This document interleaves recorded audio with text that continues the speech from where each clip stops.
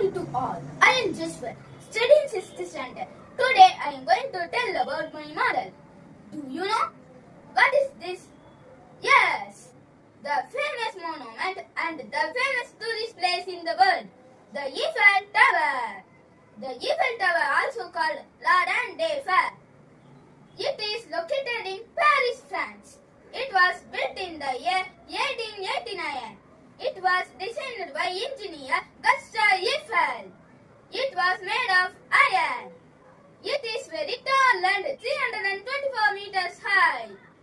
It has 3 floors for visitors. People can take a